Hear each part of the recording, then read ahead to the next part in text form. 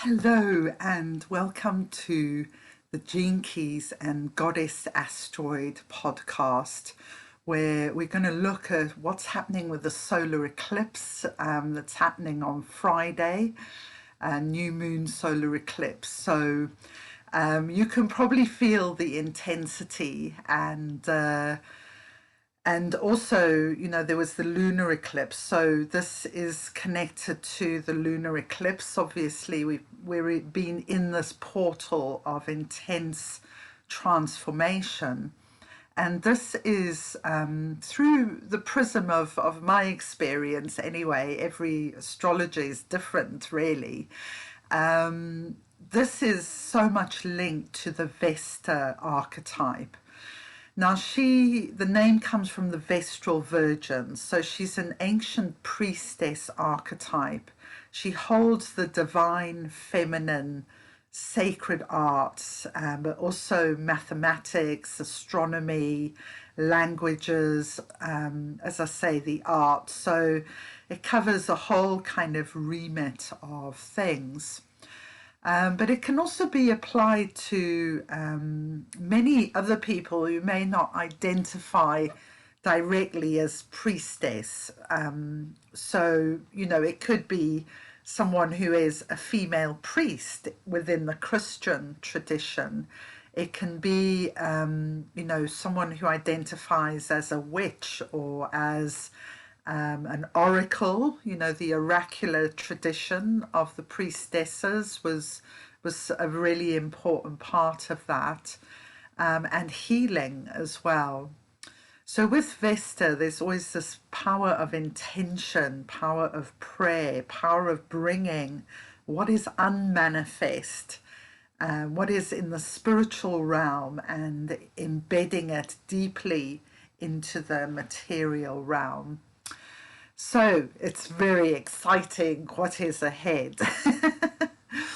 So I'm going to share the chart, and we're going to look at the eclipse, which is on Friday. Depending where you are, it might be Saturday. I'm here in West Yorkshire in England.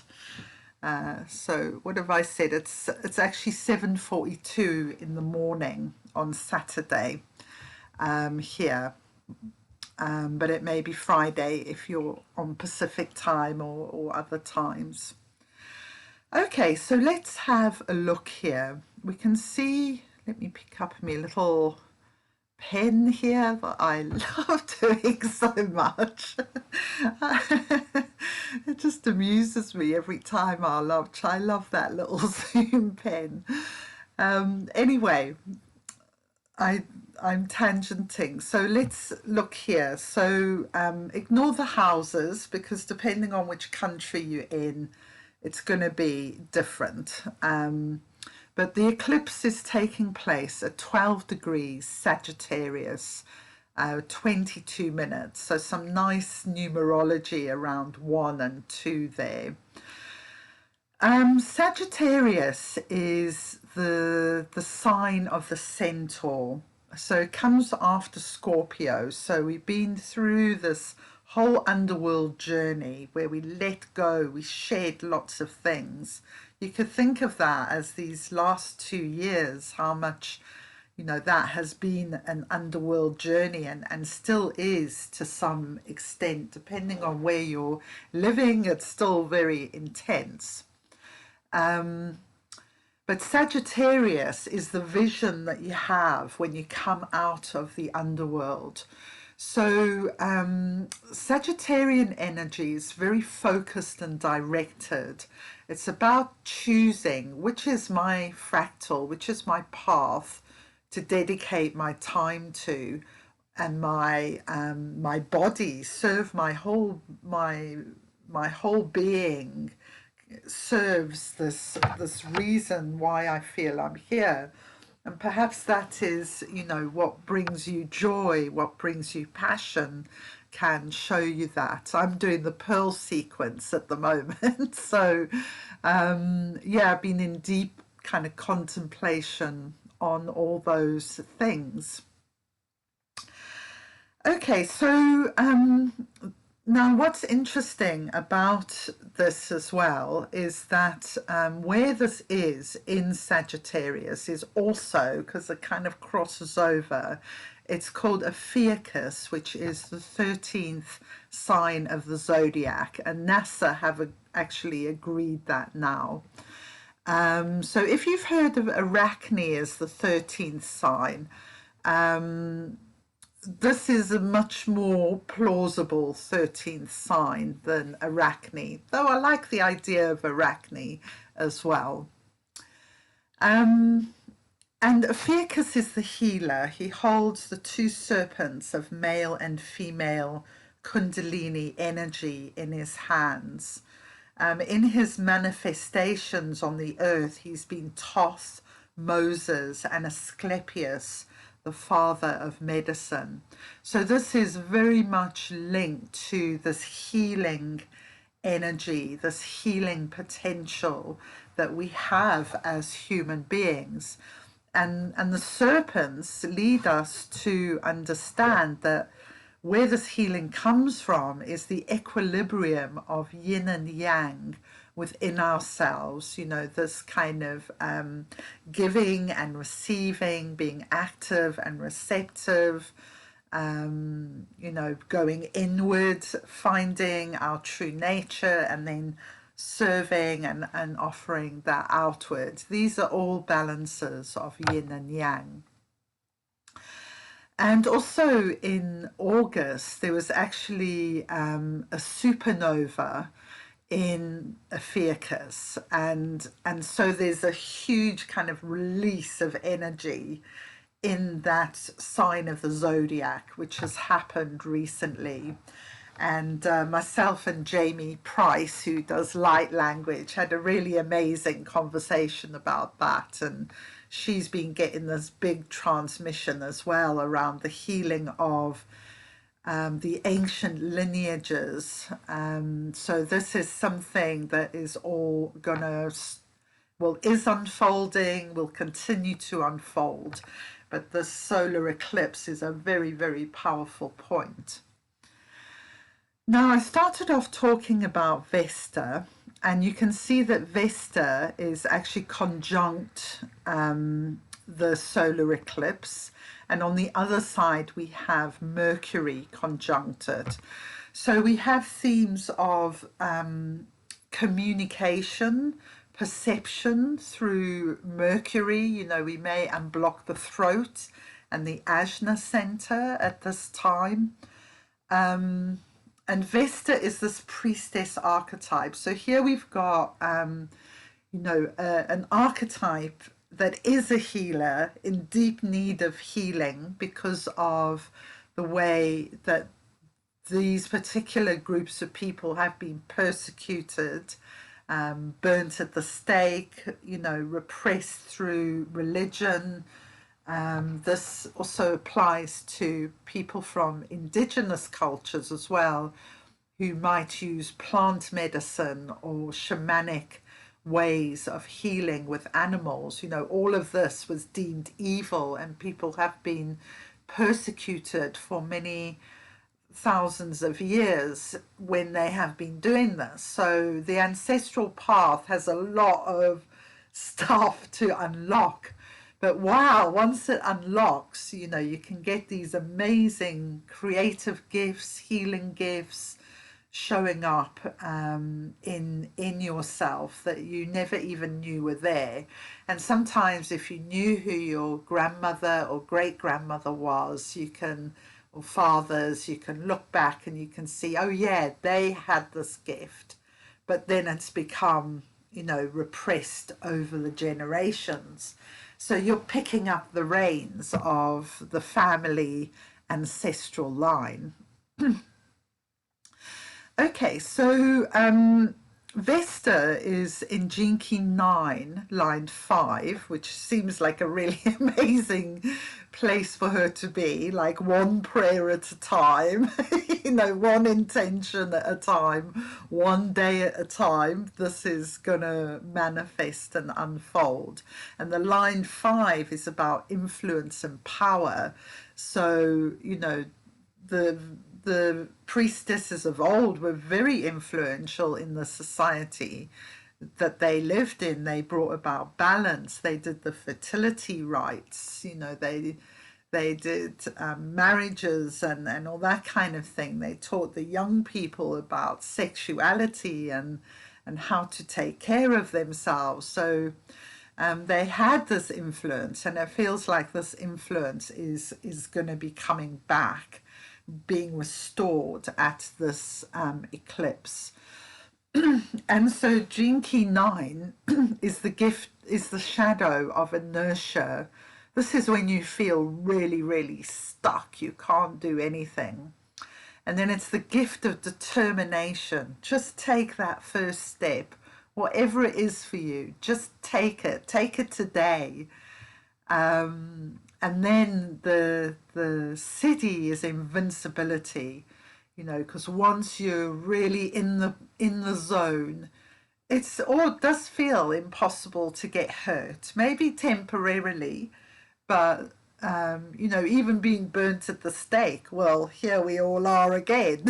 You know, so, and we know that probably isn't going to happen in this lifetime, but it does give a feeling of invincibility to know that our souls, I feel that in myself anyway, has traveled through many lifetimes to get to here right now, you know, and has suffered a lot on that journey. But here I am, Priestess Astrologer, back again on Zoom. I mean, who would have dreamt of that? Okay, so the eclipse is actually happening in Gene Key 5. Oh, and before I move on, I just want to mention that Metis is also conjunct Vesta there in Gene Key 9. So Metis is the most ancient mother goddess energy. She's actually the mother of Pallas Athena. You know, she's the mother energy that was cast out by Zeus because she was so powerful. So interesting, it's like Vesta, the priestess, but connected to the source, which is Metis, the ancient mother. Yes, so the eclipse is in Gene Key 5. I love Gene Key 5. That's actually where my Metis is in my chart, and feels so grounding to have Metis in Gene Key 5. And this is the gift of patience, the shadow of impatience, and the Siddhi of timelessness. And this feels so relevant right now. I mean, we had this power cut. I know it's happened in many countries. We had a power cut for a couple of days and came home from doing my gong bath, and the electric had come on. I was like, oh, hey, watch TV. So I put the TV on, and Brian Cox was on in this program called The Universe, and he was talking about black holes. And I mean, what he said as I switched the TV on just kind of blew my mind. So they now have evidence, as you know, the scientists accept this evidence, or some of them anyway, that you can never destroy any kind of information. So what he did is he wrote this equation on a bit of paper, and he burnt the bit of paper, but the equation actually still exists. So this is basically saying there is scientifically now an akashic record. I mean, we can feel it, we can travel through it, but now the scientists have come closer and they're saying, yes, this akashic field of the memory of everything that's ever happened exists. And then he went on to say something even more amazing. That's basically through watching this black hole eat a star, they figured out that time and space don't exist, which is just like, what? You know, I always thought of them sort of coexisting. But basically, whenever we experience time, pressure, and space closing, it's kind of a constriction and expansion that's happening in the universe. but it's not actually a real thing that we are in time and space.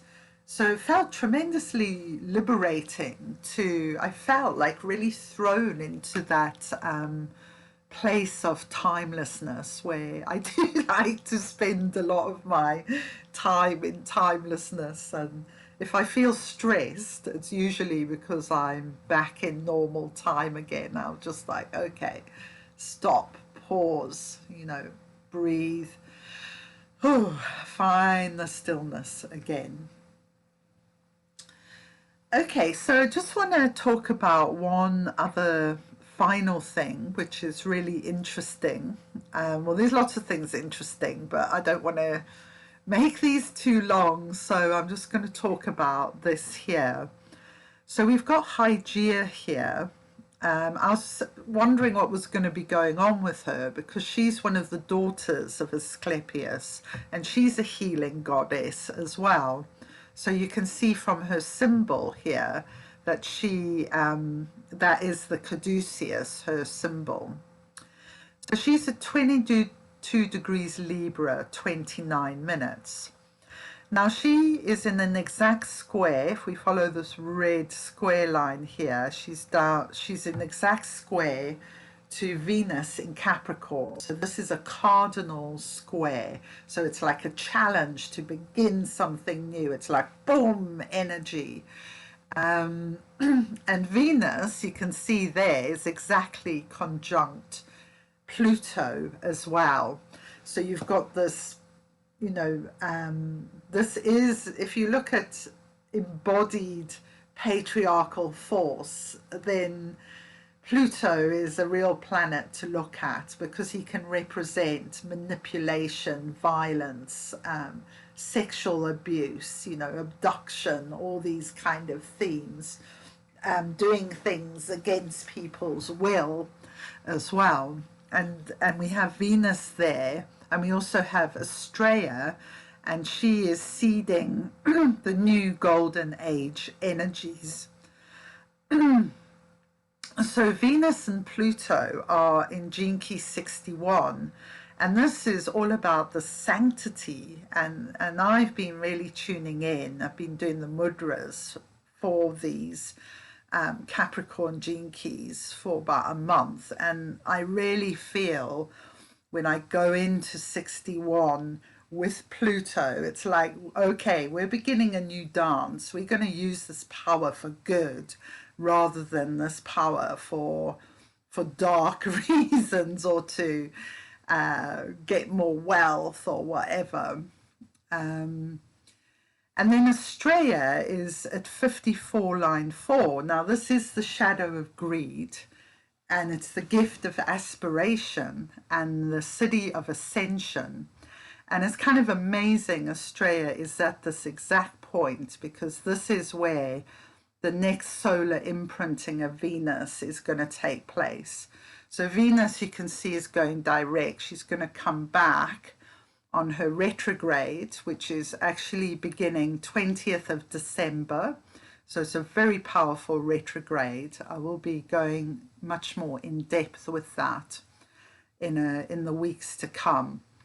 So she's going to go back to 54 line 4, where she meets the sun, and she gets imprinted with these codes of ascension for the next 18 months ahead, which I just find so deliciously wonderful. So here Astraea is, she's preparing the ground. She's this golden age seeding energy. She's bringing in lightness in our bodies. She really opens our subtle awareness. I feel she's very much a goddess of the 10th energy body, because once this body is activated, it's like, the synchronicity is pretty seamless. You might fall out of it every once in a while, but you're living in this seamless synchronicity. It's very stress-free. It's very timeless. Everything you need is flowing into you without any effort. You are fully giving your gifts, and and your passion. So it's bringing a lot of happiness to you and everyone around you. So more on 54 line 4 to come, because it's a very, very special point in the zodiac as well, of the exact point that Ra Uru Hu predicted the mutation would take place, the genetic mutation that's going to take us into a higher realm of being. So exciting things ahead. It's always great to be an astrologer because it feels like there's cause for a lot of optimism. So hopefully I'm sharing that with you if you're watching this today, and thank you for watching, because I know there's so many things you could be watching. So I do thank you for your time and commitment to following the goddess asteroids and this amazing energy they're bringing into the world. I do offer one-to-one readings, so you can email me at astroalison@gmail.com, and I can send you more information, or you can just say you want a reading and I'll tell you more. Okay, so speak soon. Bye.